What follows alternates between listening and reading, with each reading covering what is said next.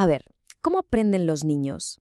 Parece una pregunta sencilla, ¿verdad? Pues es la gran pregunta, la que ha movido los cimientos de la educación durante siglos.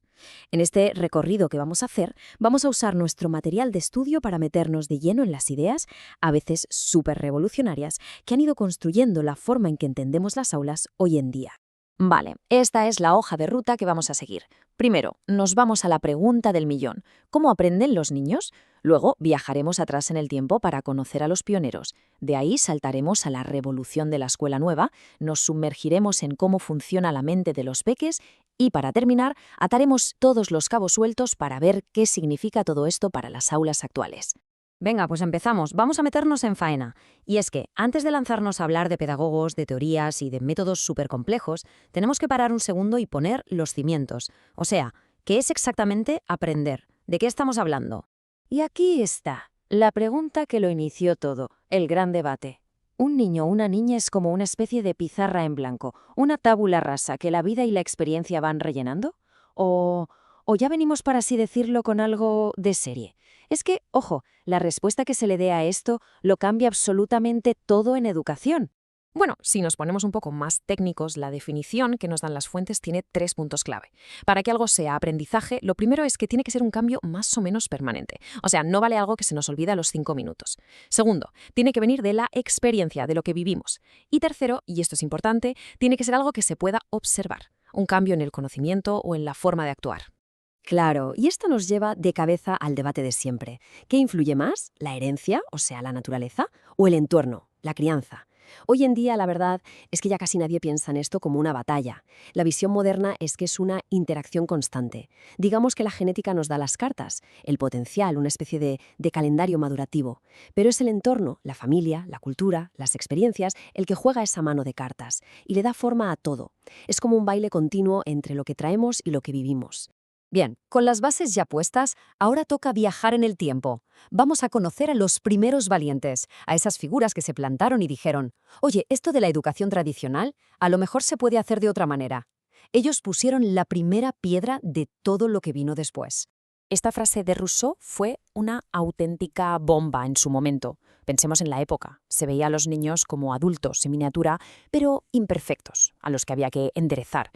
Y de repente llega Rousseau y dice: no, perdonad. El niño nace bueno por naturaleza. Es la sociedad la que lo estropea. Menudo giro.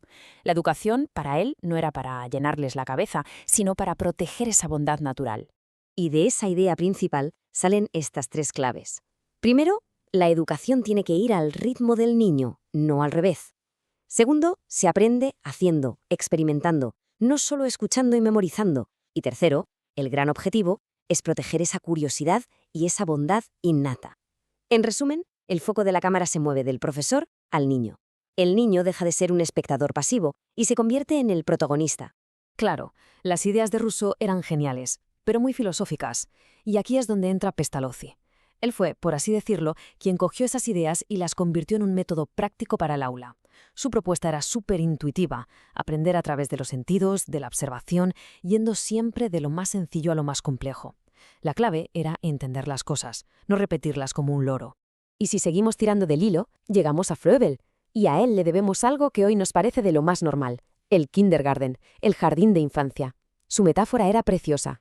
Los niños son como plantas en un jardín que hay que cultivar con cariño. Y para él, la herramienta principal de cultivo, el abono, era el juego. El juego no era perder el tiempo, era la forma más seria y profunda de aprender. Ok, pues estas ideas de Rousseau, Pestalozzi y Froebel no se quedaron en anécdotas. Al contrario, prendieron una mecha que acabó explotando en un movimiento gigantesco que lo cambió todo: la escuela nueva. Ahora vamos a ver cómo esta revolución puso, de verdad, al niño en el centro del universo educativo. Este cuadro es que lo resume a la perfección. Es el antes y el después. Por un lado, la escuela de siempre. El profe en su tarima, soltando el rollo, y los niños callados, memorizando. El foco estaba en el maestro. Y de repente, ¡pum!, la escuela nueva lo pone todo patas arriba. El niño se convierte en el centro. El aprendizaje es activo. Se experimenta, se toca, se colabora. La relación ya no es de autoridad, es de cooperación. Un cambio brutal. Y este movimiento tuvo un montón de estrellas, cada una con su propia luz. Por ejemplo, María Montessori, famosísima por crear esos ambientes preparados y materiales específicos para que el niño aprenda de forma autónoma. Ovidio de Crolí, que dijo: ¿y si organizamos todo el aprendizaje alrededor de lo que de verdad les interesa a los niños? Los centros de interés los llamó. Y luego las hermanas Agassi, que demostraron que no hace falta material caro. Con objetos del día a día, con baratijas, se puede aprender muchísimo. Vale, todo esto de la escuela nueva estaba muy bien en la práctica. Pero, ¿por qué funcionaba? Faltaba la teoría, la base científica que lo explicara. Y aquí es cuando la psicología entra en juego a lo grande, para intentar abrir el capó y ver qué pasa de verdad dentro de la mente de un niño cuando aprende. La primera gran corriente que intentó explicarlo fue el conductismo. Para ellos, la mente era como una caja negra. No podemos ver lo que hay dentro, así que no nos importa. Lo único que cuenta es lo que se ve, la conducta. La cosa era simple. Hay un estímulo, se produce una respuesta, y si premias esa respuesta, la conducta se refuerza. El niño en este modelo es un receptor totalmente pasivo de estímulos. Pero claro, esta idea del niño pasivo no convencía a muchos. Y entonces llegó la revolución cognitivista. Básicamente, se atrevieron a abrir esa caja negra que los conductistas ignoraban. Empezaron a interesarse por los procesos mentales, la memoria, la atención, cómo se resuelve un problema. Aquí, el niño ya no es un ser pasivo, es un constructor activo de su propio pensamiento. Y dentro del cognitivismo tenemos a dos pesos pesados, dos auténticos gigantes, que además tenían ideas un poco distintas, Piaget y Vygotsky. Para Piaget, el niño es como un pequeño científico que va descubriendo el mundo por su cuenta. El desarrollo va por delante del aprendizaje. Sin embargo, para Vygotsky, la clave es lo social. Aprendemos gracias a los demás, en interacción, y es ese aprendizaje el que, de hecho, tira del desarrollo hacia adelante. Y por si fuera poco, llega Bronfenbrenner y nos dice: un momento, que nos estamos olvidando del contexto. Su teoría es como un sistema de muñecas rusas. En el centro está el niño. La primera capa es su entorno más inmediato, la familia, el cole, los amigos, el microsistema. Luego está la conexión entre esos mundos, el mesosistema. Más afuera, cosas que le afectan indirectamente, como el trabajo de sus padres, el exosistema. Y la capa más grande de todas es la cultura, la sociedad en la que vive, el macrosistema. Todo está conectado. Bueno, y después de todo este viaje por la historia de las ideas, ¿en qué se traduce todo esto hoy? ¿Cómo conviven todas estas teorías, que a veces hasta parecen contradictorias en un aula moderna? Vamos a atar todos los cabos. Pues el enfoque que domina hoy en día se conoce como socioconstructivismo. El propio nombre ya nos da una pista. Constructivismo viene de esa idea de Piaget de que construimos nuestro propio conocimiento. Y socio viene de la idea de Vygotsky de que lo hacemos en sociedad, con los demás. Es básicamente una fusión de lo mejor de cada casa, las ideas de la escuela nueva y de la psicología cognitiva.